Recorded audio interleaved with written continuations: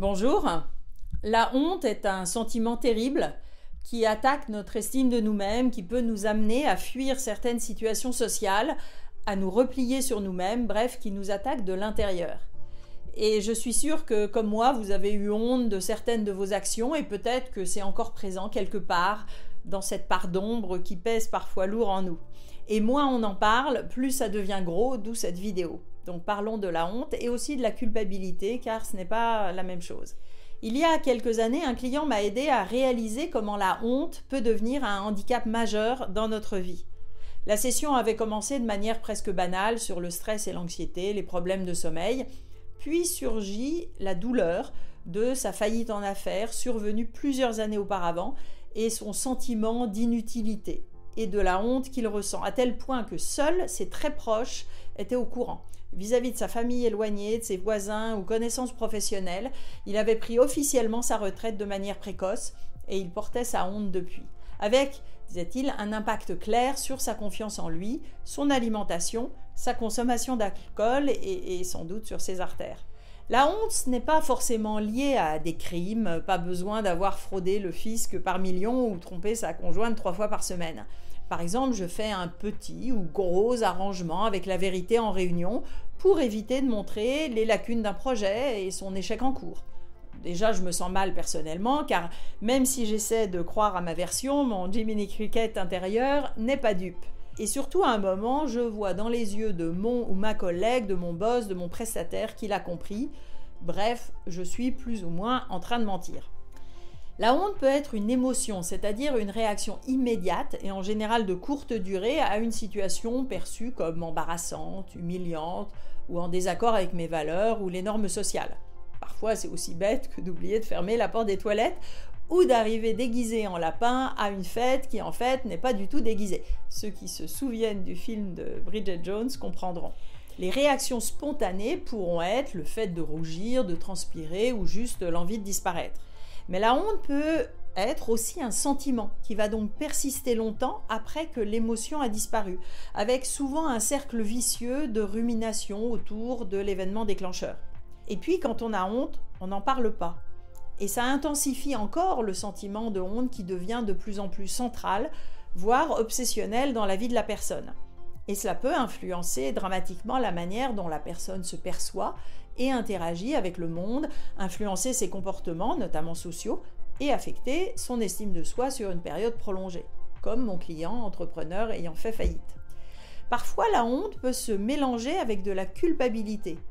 Les deux sentiments peuvent survenir lors d'un échec, d'une situation où je ne me sens pas à la hauteur de mes propres attentes ou d'attentes de mon groupe social, ou bien après avoir transgressé une norme sociale ou morale, je me sens fautif et je souffre d'un sentiment d'incompétence, d'insuffisance et d'infériorité. Par exemple, avoir menti ou refusé d'aider quelqu'un dans le besoin, après avoir triché un examen, nous pouvons alors ressentir de la honte, de la culpabilité ou un mélange des deux.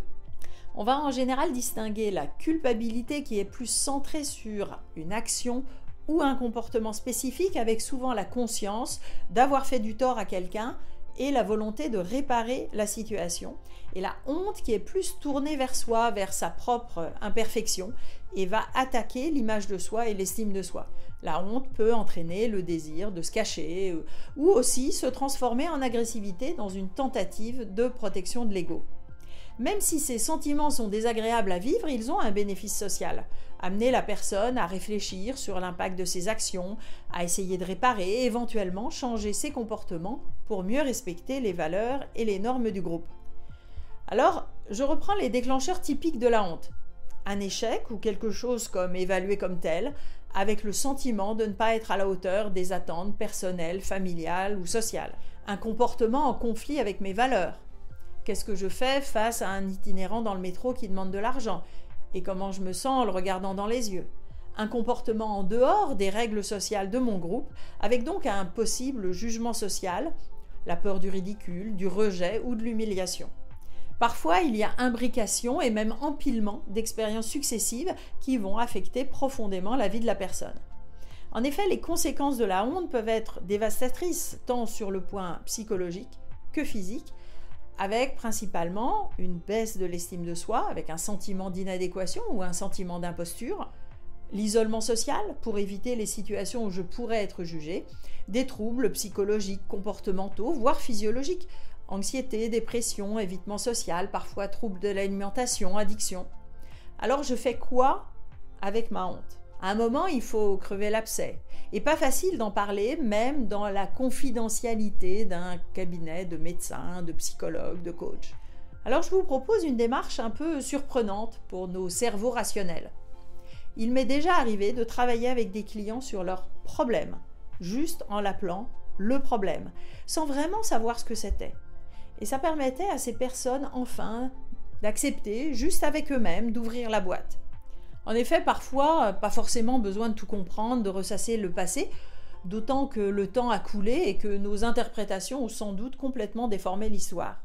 Alors pourquoi ne pas partir d'aujourd'hui, de ce qui se passe en vous, de travailler avec des symboles, des histoires, pour séparer honte et culpabilité, voir ce qui est réparable, ce qui est acceptable, alléger le sac à dos rempli de pierres.